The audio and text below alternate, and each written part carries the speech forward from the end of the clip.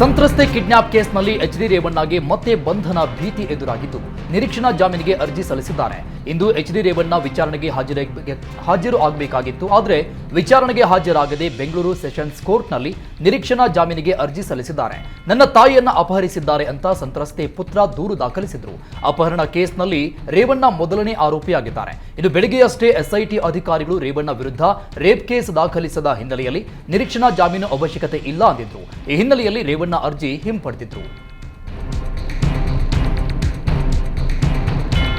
ನಾಳೆ ವಿಚಾರಣೆ ಮುಂದೂಡಿಕೆಯಾಗಿದೆ. ಸಂತ್ರಸ್ತ ಮಹಿಳೆ ಕಿಡ್ನಾಪ್ ಆರೋಪ ಸಂಬಂಧ ಭವಾನಿ ರೇವಣ್ಣ ಸಂಬಂಧಿ ಸತೀಶ್ ಬಾಬುಗೆ 14 ದಿನ ನ್ಯಾಯಾಂಗ ಬಂಧನ ವಿಧಿಸಲಾಗಿದೆ. ಏಪ್ರಿಲ್ 29ರ ರಾತ್ರಿ ಸಂತ್ರಸ್ತೆಯನ್ನ ಸತೀಶ್ ಕರೆದೊಯ್ದಿದ್ರು. ಈ ಬಗ್ಗೆ ಸಂತ್ರಸ್ತೆ ಮಗ ಪೊಲೀಸರಿಗೆ ದೂರು ನೀಡಿದ್ದ. ಮಗನ ದೂರಿನ ಅನ್ವಯ ಸತೀಶ್ ಬಾಬುನನ್ನ ಕೆಆರ್ ನಗರ ಠಾಣೆ ಪೊಲೀಸರು ವಶಕ್ಕೆ ಪಡೆದಿದ್ದು ನ್ಯಾಯಾಲಯಕ್ಕೆ ಹಾಜರುಪಡಿಸಿದ್ರು. ವಿಚಾರಣೆ ನಡೆಸಿದ ನ್ಯಾಯಾಲಯ ಆರೋಪಿ ಸತೀಶ್ ಬಾಬುಗೆ ನ್ಯಾಯಾಂಗ ಬಂಧನ ವಿಧಿಸಿ ಆದೇಶ ಹೊರಡಿಸಿದೆ. ಪ್ರಜ್ವಲ್ ರೇವಣ್ಣ ಅಶ್ಲೀಲ ವಿಡಿಯೋ ಪ್ರಕರಣ ಸಂಬಂಧ ಬಿಜೆಪಿ ಮುಖಂಡ ದೇವರಾಜೇಗೌಡ ಎಸ್ಐಟಿ ವಿಚಾರಣೆಗೆ ಹಾಜರಾಗಿದ್ದಾರೆ. ವಿಚಾರಣೆ ಬಳಿಕ ಮಾತನಾಡಿದ ದೇವರಾಜೇಗೌಡ, ಎಸ್ಐಟಿ ಅಧಿಕಾರಿಗಳು ವಿಚಾರಣೆಗೆ ಬರುವಂತೆ ಹೇಳಿದ್ರು, ಹಾಗಾಗಿ ಬಂದಿದ್ದೆ. ಈ ವಿಡಿಯೋ ವೈರಲ್ ಮಾಡಿದವರು ಯಾರು ಎಂಬ ಮಾಹಿತಿ ಇತ್ತು. ಆ ಮಾಹಿತಿಯನ್ನ ಎಸ್ಐಟಿಗೆ ನೀಡಿದ್ದೇನೆ. ಹಾಸನದಲ್ಲಿ ಒಕ್ಕಲಿಗ ನಾಯಕತ್ವಕ್ಕಾಗಿ ಇಷ್ಟೆಲ್ಲ ಆಗ್ತಾ ಇದೆ. ಮುಂದಿನ ವಾರ ಕುಮಾರಸ್ವಾಮಿ ದೊಡ್ಡ ನಿರ್ಧಾರ ಪ್ರಕಟಿಸುತ್ತಾರೆ. ಯಾರು ವಿಡಿಯೋ ಮಾಡಿದ್ರು ಅಂತ ಇನ್ನೊಂದು ವಾರದಲ್ಲಿ ಹೊರಬರುತ್ತೆ ಎಂದಿದ್ದಾರೆ. ಇದೆಲ್ಲ ನಡೀತಾ ಇರುವುದು ರಾಜಕೀಯಕ್ಕಾಗಿ. ಯಾರು ಈ ತನಿಖೆಯಿಂದ ತಪ್ಪಿಸಿಕೊಳ್ಳಲು ಆಗಲ್ಲ ಅಂತ ದೇವರಾಜೇಗೌಡ ಹೇಳಿದ್ದಾರೆ. ಮಾಜಿ ಸಚಿವ ಎಚ್ ಡಿ ರೇವಣ್ಣ ಕುಟುಂಬಕ್ಕೆ ಶಾಕ್ ಮೇಲೆ ಶಾಕ್ ಎದುರಾಗ್ತಾ ಇದೆ. ಎಚ್ ಡಿ ರೇವಣ್ಣಗೆ ಎಸ್ಐಟಿ ಮತ್ತೊಂದು ನೋಟಿಸ್ ಕೊಟ್ಟಿದೆ. ಹೊಳೆನರಸೀಪುರದ ರೇವಣ್ಣ ನಿವಾಸಕ್ಕೆ ಪೊಲೀಸರು ಆಗಮಿಸಿ ನೋಟಿಸ್ ನೀಡಿದ್ದಾರೆ. ಎರಡನೇ ನೋಟಿಸ್ ನೀಡಿ ಎಸ್ಐಟಿ ವಿಚಾರಣೆಗೆ ಹಾಜರಾಗುವಂತೆ ರೇವಣ್ಣಗೆ ಸೂಚನೆ ನೀಡಲಾಗಿದೆ. ಪ್ರಜ್ವಲ್ ರೇವಣ್ಣ ಯಾವುದೇ ದೇಶದಲ್ಲಿ ಇದ್ರೂ ಹಿಡಿದು ತರುತ್ತೇವೆ ಅಂತ ಸಿಎಂ ಸಿದ್ದರಾಮಯ್ಯ ಹೇಳಿದ್ದಾರೆ. ಕೇಂದ್ರ ಸರ್ಕಾರ ಪ್ರಜ್ವಲ ರಕ್ಷಣೆ ಮಾಡೋ ಕೆಲಸ ಮಾಡ್ತಾ ಇದೆ. ಪಾಸ್ಪೋರ್ಟ್ ರದ್ದು ಮಾಡುವಂತೆ ಪ್ರಧಾನಿಗೆ ಪತ್ರ ಬರೆದಿದ್ದೇನೆ. ಆದರೂ ಕೇಂದ್ರ ಏನೂ ಮಾಡ್ತಿಲ್ಲ ಅಂತ ಕೇಂದ್ರದ ವಿರುದ್ಧ ಕಿಡಿಕಾರಿದ್ದಾರೆ. ಕುಮಾರಸ್ವಾಮಿ ಪ್ರಜ್ವಲ್ ನನ್ನ ಮಗ ಅಂತಿದ್ರು, ಈಗ ಏನ್ ಹೇಳ್ತಾರೆ ಅಂತ ಪ್ರಶ್ನಿಸಿರುವ ಸಿಎಂ, ಪ್ರಜ್ವಲ್ ಪ್ರಕರಣ ಮೊದಲೇ ಬಿಜೆಪಿಗೆ ಗೊತ್ತಿತ್ತು, ಆದರೂ ಜೆಡಿಎಸ್ ಜೊತೆ ಹೊಂದಾಣಿಕೆ ಮಾಡಿಕೊಂಡ್ರು. ಈಗ ಕ್ರಮ ಯಾಕೆ ವಹಿಸ್ತಾ ಇಲ್ಲ ಅಂತ ಸಿಎಂ ಸಿದ್ದರಾಮಯ್ಯ ಪ್ರಶ್ನೆ ಮಾಡಿದ್ದಾರೆ.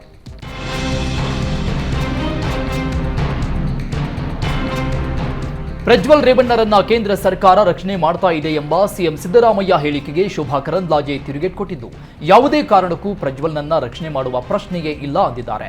ಬಿಜೆಪಿ ಚುನಾವಣಾ ಪೂರ್ವ ಹೊಂದಾಣಿಕೆ ಮಾಡಿಕೊಂಡಿದೆ. ಇಂತಹ ಕೇಸ್ ಇದೆ ಅಂತ ನಮ್ಮ ನಾಯಕರಿಗೆ ಗೊತ್ತಿರಲಿಲ್ಲ. ಈಗ ಪ್ರಜ್ವಲ್ ಕೇಸ್ ಹೊರ ಬಂದಿದೆ. ಪ್ರಜ್ವಲ್ ರೇವಣ್ಣ ತಪ್ಪು ಮಾಡಿದ್ರೆ ತಕ್ಕ ಶಿಕ್ಷೆ ಆಗಬೇಕು.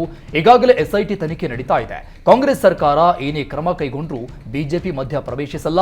ಅನವಶ್ಯಕವಾಗಿ ಸಿಎಂ ಬಿಜೆಪಿ ಮೇಲೆ ಗೂಬೆ ಕೂರಿಸುವ ಕೆಲಸ ಮಾಡ್ತಾ ಇದ್ದಾರೆ ಅಂತ ಸಿಎಂ ಸಿದ್ದರಾಮಯ್ಯ ವಿರುದ್ಧ ಶೋಭಾ ಕರಂದ್ಲಾಜೆ ವಾಗ್ದಾಳಿ ನಡೆಸಿದ್ದಾರೆ.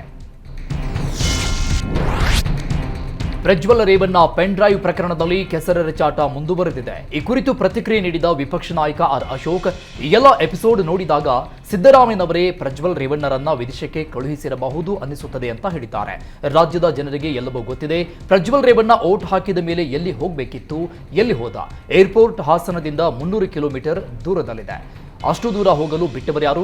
ಚುನಾವಣೆಗಾಗಿ ದೇವೇಗೌಡರೇ ಅವಮಾನ ಮಾಡುವುದಕ್ಕಾಗಿ ಇಷ್ಟೆಲ್ಲ ಮಾಡ್ತಾ ಇದ್ದಾರೆ. ಸುಮ್ಮನೆ ಮೋದಿ ಅಮಿತ್ ಶಾ ಮೇಲೆ ಆರೋಪ ಮಾಡ್ತಾರೆ. ಕಾನೂನು ಸುವ್ಯವಸ್ಥೆ ಕಾಪಾಡಲು ಆಗಲ್ಲ ಅಂದ್ರೆ ಸುಮ್ಮನೆ ಬಿಟ್ಬಿಡಿ. ನಿಮ್ಮ ತಪ್ಪು ಇಟ್ಟುಕೊಂಡು ಬೇರೆಯವರ ಮೇಲೆ ಯಾಕೆ ಹಾಕ್ತೀರಾ ಅಂತ ರಾಜ್ಯ ಸರ್ಕಾರದ ವಿರುದ್ಧ ಅಶೋಕ್ ವಾಗ್ದಾಳಿ ನಡೆಸಿದ್ದಾರೆ. ಪ್ರಜ್ವಲ್ ರೇವಣ್ಣ ಪೆನ್ ಡ್ರೈವ್ ಪ್ರಕರಣದಲ್ಲಿ ರಾಜಕೀಯ ಜಟಾಪಟಿ ಜೋರಾಗಿದೆ. ರೇವಣ್ಣ ಜೊತೆಗಿನ ಸ್ನೇಹದಿಂದಾಗಿಯೇ ಸಿದ್ದರಾಮಯ್ಯ ಎಫ್ಐಆರ್ ವಿಳಂಬ ಮಾಡಿಸಿದ್ದಾರೆ ಅಂತ ಕೇಂದ್ರ ಸಚಿವ ಪ್ರಹ್ಲಾದ್ ಜೋಶಿ ಆರೋಪಿಸಿದ್ದಾರೆ. ದೊಡ್ಡ ಪ್ರಮಾಣದಲ್ಲಿ ಸುದ್ದಿಯಾದ ಮೇಲೆ ಲುಕೌಟ್ ನೋಟಿಸ್ ಜಾರಿ ಮಾಡಲಾಗಿದೆ. ಮೊದಲೇ ಎಫ್ಐಆರ್ ಮಾಡಿದಿದ್ರೆ ಅವತ್ತೇ ಅರೆಸ್ಟ್ ಆಗ್ತಾ ಇದ್ರು. ನಾವು ಈ ವಿಚಾರದಲ್ಲಿ ಮೌನವಾಗಿಲ್ಲ. ಪ್ರಜ್ವಲ್ ಬಗ್ಗೆ ಗೊತ್ತಿದ್ದು ಸುಮ್ಮನೆ ಬಿಟ್ಟಿದ್ದು ನೀವು. ಸಿದ್ದರಾಮಯ್ಯ ರೇವಣ್ಣ ಮಧ್ಯೆ ಹೊಂದಾಣಿಕೆ ಇರೋದಕ್ಕೆ ವಿಳಂಬ ಮಾಡಿದ್ದಾರೆ. ಗಂಭೀರ ಸ್ವರೂಪದ ಪ್ರಕರಣ ಅಂತ ಗೊತ್ತಿದ್ರೂ ಹಾಯಾಗಿ ಮಲಗಿ ಈಗ ಬಿಜೆಪಿ ಮೇಲೆ ಗೂಬೆ ಕೂರಿಸ್ತಾ ಇದ್ದಾರೆ. ನಾಚಿಕೆ ಮಾನ ಮರ್ಯಾದೆ ಇದ್ದವರು ಈ ರೀತಿ ಮಾತನಾಡಲ್ಲ ಅಂತ ಸಿಎಂ ಡಿಸಿಎಂ ವಿರುದ್ಧ ಕಿಡಿಕಾರಿದ್ರು. ಜೆಡಿಎಸ್ ನಮ್ಮ ಮೈತ್ರಿ ಪಕ್ಷ ಅಷ್ಟೇ, ಬಿಜೆಪಿಯಲ್ಲಾಗಿದ್ದರೆ ನಾವು ಜವಾಬ್ದಾರರಾಗ್ತಾ ಇದ್ದೆವು. ಇದು ಜೆಡಿಎಸ್ ವಿಚಾರ ಅಂತ ಜಾರ್ಕೊಂಡಿದ್ದಾರೆ. ರೇವಣ್ಣ ಕುಟುಂಬದ ವಿರುದ್ಧ ಕಿಡ್ನಾಪ್ ಆರೋಪದ ಬಗ್ಗೆ ಗೃಹ ಸಚಿವ ಪರಮೇಶ್ವರ್ ಪ್ರತಿಕ್ರಿಯೆ ಕೊಟ್ಟಿದ್ದಾರೆ. ಕಿಡ್ನಾಪ್ ಪ್ರಕರಣದ ಬಗ್ಗೆಯೂ ಎಸ್ಐಟಿ ಅಧಿಕಾರಿಗಳೇ ತನಿಖೆ ನಡೆಸುತ್ತಾರೆ. ಪ್ರಜ್ವಲ್ ಪಾಸ್ಪೋರ್ಟ್ ರದ್ದು ಮಾಡಿ ಅಂತ ಕೇಂದ್ರಕ್ಕೆ ಪತ್ರ ಬರೆದಿದ್ದೇವೆ. ಕಾನೂನು ಪ್ರಕಾರ ಎರಡನೇ ನೋಟಿಸ್ಗೂ 24 ಗಂಟೆಯೊಳಗೆ ವಿಚಾರಣೆಗೆ ಹಾಜರಾಗಬೇಕು. ಹಾಜರಾಗದಿದ್ರೆ ಮುಂದಿನ ಕ್ರಮ ಕೈಗೊಳ್ಳುತ್ತೇವೆ. ಕಾನೂನಲ್ಲಿ ಬಂಧಿಸುವ ಅವಕಾಶ ಇದೆ ಅಂತ ಪರಮೇಶ್ವರ್ ಹೇಳಿದ್ದಾರೆ. ಪ್ರಜ್ವಲ್ ರೇವಣ್ಣ ಪೆನ್ ಡ್ರೈವ್ ಪ್ರಕರಣ ಸಂಬಂಧ ಡಿಸಿಎಂ ಡಿಕೆಶಿ ಪ್ರತಿಕ್ರಿಯೆ ನೀಡಿದ್ದಾರೆ. ಪ್ರಜ್ವಲ್ ರೇಪ್ ಕೇಸ್ ಬಗ್ಗೆ ಪೇಪರ್ನಲ್ಲಿ ನೋಡಿದ್ದೇನೆ. ಪೊಲೀಸ್ ಅಧಿಕಾರಿಗಳು ತನಿಖೆ ಮಾಡ್ತಾ ಇದ್ದಾರೆ. ಪೊಲೀಸರಿಗೆ ನಾವು ಫ್ರೀ ಹ್ಯಾಂಡ್ ಕೊಟ್ಟಿದ್ದೇವೆ. ಕುಮಾರಣ್ಣ ಕೂಡ ಫ್ರೀ ಹ್ಯಾಂಡ್ ಕೊಟ್ಟಿದ್ದಾರೆ. ಬಿಜೆಪಿಯವರು ಫ್ರೀ ಹ್ಯಾಂಡ್ ಕೊಟ್ಟಿದ್ದಾರೆ. ಉಪ್ಪು ತಿಂದವರು ನೀರು ಕುಡಿಬೇಕು ಅಂತ ಕುಮಾರಣ್ಣ, ಅಮಿತ್ ಶಾ ಹೇಳಿದ್ದಾರೆ. ತನಿಖೆ ಮಧ್ಯೆ ನಾವು ಮೂಗು ತೂರಿಸಲ್ಲ ಅಂತ ಡಿಸಿಎಂ ಡಿಕೆಶಿ ಹೇಳಿದ್ದಾರೆ.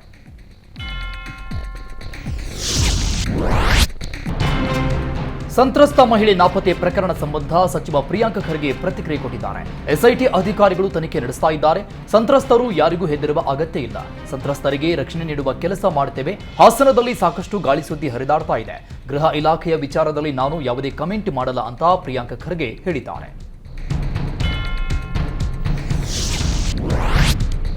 ಡಿಸಿಎಂ ಡಿಕೆ ಶಿವಕುಮಾರ್ ವಿರುದ್ಧ ಮಾಜಿ ಸಚಿವ ರಾಜು ಗೌಡ ವಾಗ್ದಾಳಿ ನಡೆಸಿದ್ದಾರೆ. DK Shivakumar pen drive university ತೆಗೆದಿದ್ದಾನೆ.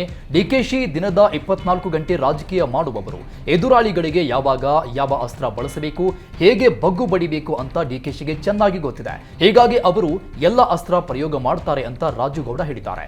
ಕೆಲವರ ವಿರುದ್ಧ ಬೆದರಿಸುವ ಅಸ್ತ್ರ ಬಳಸಿದ್ರೆ ಇನ್ನು ಕೆಲವರ ವಿರುದ್ಧ ಸಿಡಿ ಅಸ್ತ್ರ ಉಪಯೋಗಿಸ್ತಾರೆ. ಡಿಕೆಶಿಗೆ 2 ವರ್ಷದ ಹಿಂದೆಯೇ ಪೆನ್ ಡ್ರೈವ್ ಬಗ್ಗೆ ಗೊತ್ತಿತ್ತಂತೆ. ಅವತ್ತು ಯಾಕೆ ಹೇಳಲಿಲ್ಲ ಅಂತ ರಾಜು ಗೌಡ ಪ್ರಶ್ನಿಸಿದ್ದಾರೆ. ಆಗಲೇ ಹೇಳಿದ್ರೆ ಇಷ್ಟೊತ್ತಿಗೆ ಶಿಕ್ಷೆ ಕೊಡಿಸಬಹುದಿತ್ತು.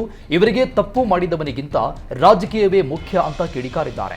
ಡಿಕೆಶಿಗೆ ಸಿಎಂ ಆಗುವ ಆಸೆ ಇದೆ. ಸಿಎಂ ಆಗೋಕೆ ಸಿದ್ದರಾಮಯ್ಯನ ಕೆಳಗೆ ಇಳಿಸಬೇಕು. ಕುರ್ಚಿಗಾಗಿ ಡಿಕೆಶಿ ಏನ್ ಬೇಕಾದ್ರೂ ಮಾಡಲು ರೆಡಿ ಇದ್ದಾರೆ. ಸಿದ್ದರಾಮಯ್ಯಗೆ ರಾಜುಗೌಡ ಅಥವಾ ಬಿಜೆಪಿ ಕುತ್ತಲ್ಲ. ಡಿಕೆ ಶಿವಕುಮಾರ್ ಅವರೇ ಸಿದ್ದರಾಮಯ್ಯಗೆ ಕುತ್ತು ಅಂತ ರಾಜುಗೌಡ ಹೇಳಿದ್ದಾರೆ. ಬಿಜೆಪಿ ವಿರುದ್ಧ ಡಿಸಿಎಂ ಡಿಕೆಶಿ ವಾಗ್ದಾಳಿ ನಡೆಸಿದ್ದಾರೆ. ಬಿಜೆಪಿಯವರು 15 ಲಕ್ಷ ಕೊಡ್ತೀನಿ ಅಂದ್ರು.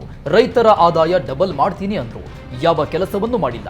ರಾಜ್ಯದಲ್ಲಿ ಬಿಜೆಪಿಯವರು ಒಂದೇ ಒಂದು ಡ್ಯಾಂ ಕಟ್ಟಿದ್ರ, ಒಂದೇ ಒಂದು ವಿದ್ಯುತ್ ಉತ್ಪಾದನಾ ಘಟಕ ಸ್ಥಾಪನೆ ಮಾಡಿದ್ರ ಅಂತ ಡಿಕೆಶಿ ಪ್ರಶ್ನಿಸಿದ್ದಾರೆ. ನಾನು ಈ ಹಿಂದೆ ಸಚಿವನಾಗಿದ್ದಾಗ ಪಾವಗಡದಲ್ಲಿ ವಿದ್ಯುತ್ ಉತ್ಪಾದನೆ ಘಟಕ ಸ್ಥಾಪನೆ ಮಾಡಿದೆ. ರೈತರಿಗೆ ಉಚಿತ ವಿದ್ಯುತ್ ಕೊಟ್ಟಿರೋದು ಕಾಂಗ್ರೆಸ್ನವರು. ಕೇಂದ್ರ ಸರ್ಕಾರ ಸತ್ತು ಹೋಗಿದೆ. ಕೇಂದ್ರ ಸರ್ಕಾರ ಜನಪರ ಕೆಲಸ ಮಾಡ್ತಾ ಇಲ್ಲ. ಕೊರೋನಾ ಸಮಯದಲ್ಲಿ ಕೇಂದ್ರ 27 ಲಕ್ಷ ಖರ್ಚು ಮಾಡಿದೆ ಅಂತೆ. ನಿಮಗೆ 1 ರೂಪಾಯಿ ಆದ್ರೂ ಬಂತ ಅಂತ ಡಿಕೆಶಿ ಪ್ರಶ್ನಿಸಿದ್ದಾರೆ. ಧರ್ಮದಲ್ಲಿ ರಾಜಕೀಯ ಇರಬಾರದು, ಆದರೆ ಬಿಜೆಪಿ ಧರ್ಮದಲ್ಲಿ ರಾಜಕೀಯ ತರುವ ಕೆಲಸ ಮಾಡ್ತಾ ಇದ್ದಾರೆ. ಇದು ಒಳ್ಳೆಯದಲ್ಲ ಅಂತ ಡಿಕೆಶಿ ಹೇಳಿದ್ದಾರೆ. ಕೇಂದ್ರ ಸರ್ಕಾರದ ವಿರುದ್ಧ ಸಿಎಂ ಸಿದ್ದರಾಮಯ್ಯ ವಾಗ್ದಾಳಿ ನಡೆಸಿದ್ದಾರೆ. ಯಾವ ಪಕ್ಷ ಕೊಟ್ಟ ಮಾತು ಉಳಿಸಿಕೊಂಡಿದೆ ಅಂತ ಜನರಿಗೆ ಗೊತ್ತಿದೆ. ಮೋದಿ ಸುಳ್ಳು ಹೇಳಿ ಜನರನ್ನ ತಪ್ಪುದಾರಿಗೆ ಎಳಿತಾ ಇದ್ದಾರೆ. ಜನರ ಭಾವನೆಗಳನ್ನ ಕೆರಳಿಸಿ ಧರ್ಮ, ಜಾತಿ, ದ್ವೇಷದ ಹೆಸರಲ್ಲಿ ರಾಜಕಾರಣ ಮಾಡ್ತಾ ಇದ್ದಾರೆ. 10 ವರ್ಷದಲ್ಲಿ 20 ಕೋಟಿಯಲ್ಲ 20 ಲಕ್ಷ ಉದ್ಯೋಗವನ್ನು ಸೃಷ್ಟಿಸಿಲ್ಲ. ಉದ್ಯೋಗ ಕೊಡಿ ಅಂದ್ರೆ ಪಕೋಡ ಮಾರೋಕೆ ಹೋಗಿ ಅಂದ್ರು. ಮೋದಿ ಅಂತಿದ್ದ ಯುವಕರಿಗೆ ಮೋದಿ ನಾಮ ಹಾಕಿದ್ರು. ಪ್ರಜಾಪ್ರಭುತ್ವ ಉಳಿಬೇಕು ಅಂದ್ರೆ ಕಾಂಗ್ರೆಸ್ಗೆ ಮತ ಹಾಕಿ. ಮೋದಿ ಸುಳ್ಳಿನ ಸರದಾರ, ಬಿಜೆಪಿಯವರಿಗೆ ಸುಳ್ಳೆ ಮನೆ ದೇವರು ಅಂತ ಬಿಜೆಪಿ ವಿರುದ್ಧ ಕಿಡಿಕಾರಿದ್ದಾರೆ. ಉತ್ತರ ಕನ್ನಡ ಲೋಕಸಭಾ ಕ್ಷೇತ್ರದಲ್ಲಿ ಬಿಜೆಪಿ ಪ್ರಚಾರದ ಭರಾಟೆ ಜೋರಾಗಿದೆ.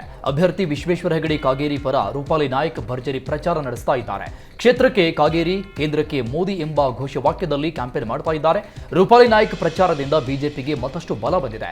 ಕಾಲಿಗೆ ಚಕ್ರ ಕಟ್ಟಿಕೊಂಡಂತೆ ಕ್ಷೇತ್ರದಲ್ಲಿ ಓಡಾಟ ಮಾಡ್ತಾ ಇರುವ ರೂಪಾಲಿ ನಾಯ್ಕ್ ವಿಶ್ವೇಶ್ವರ ಹೆಗಡೆಯವರನ್ನ ಗೆಲ್ಲಿಸಿ ನರೇಂದ್ರ ಮೋದಿಗೆ ಮತ್ತಷ್ಟು ಶಕ್ತಿ ನೀಡುವಂತೆ ಜನರ ಬಳಿ ಮನವಿ ಮಾಡಿದರು.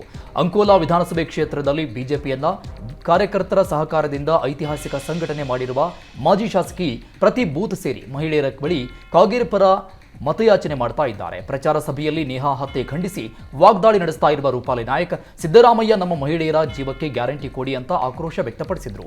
ರೂಪಾಲಿ ನಾಯ್ಕ್ ಪ್ರಚಾರ ಸಭೆಗಳಲ್ಲಿ ಅದ್ಭುತ ರೆಸ್ಪಾನ್ಸ್ ಸಿಕ್ಕಿದ್ದು ಮತದಾರರಿಗೆ ಮೋದಿ ತಂದಿರುವ ಯೋಜನೆಗಳ ಬಗ್ಗೆ ಮನವರಿಕೆ ಮಾಡಿಕೊಡ್ತಾ ಇದ್ದಾರೆ. ಇದರ ಜೊತೆ ಗೃಹ ಸಚಿವ ಅಮಿತ್ ಶಾ, ಮಾಜಿ ಸಿಎಂ ಯಡಿಯೂರಪ್ಪ, ಬಿಜೆಪಿ ಅಧ್ಯಕ್ಷ ವಿಜೇಂದ್ರ ಅವರ ಕಾರ್ಯ ಸಾಧನೆಗಳನ್ನು ಮುಂದಿಟ್ಟು ಬಿಜೆಪಿ ಅಭ್ಯರ್ಥಿ ಪರ ಪ್ರಚಾರ ಮಾಡ್ತಾ ಇದ್ದಾರೆ. ಇನ್ನು ಈ ವೇಳೆ ಮಾತನಾಡಿದ ರೂಪಾಲಿ ನಾಯ್ಕ್, ಪ್ರಧಾನಿ ಮೋದಿ ಒಬ್ಬ ದೇವಮಾನವ. ಅವರ ನಡೆ ನುಡಿಯಲ್ಲಿ ರಾಷ್ಟ್ರೀಯತೆ, ದೇಶದ ಅಭಿವೃದ್ಧಿ ಇದೆ ಅಂತ ಮಾಜಿ ಶಾಸಕಿ ವಿಶ್ವೇಶ್ವರ ಹೆಗಡೆ ಗೆಲ್ಲಿಸುವ ಮೂಲಕ ಮೋದಿಗೆ ಶಕ್ತಿ ನೀಡಿ ಅಂತ ಮನವಿ ಮಾಡಿಕೊಂಡಿದ್ದಾರೆ.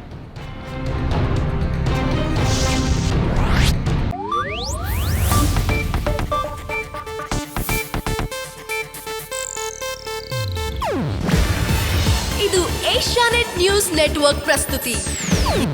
ನೀವು ನೋಡ್ತಿದ್ದೀರಾ ಏಷ್ಯಾ ನೆಟ್ ಸುವರ್ಣ ನ್ಯೂಸ್.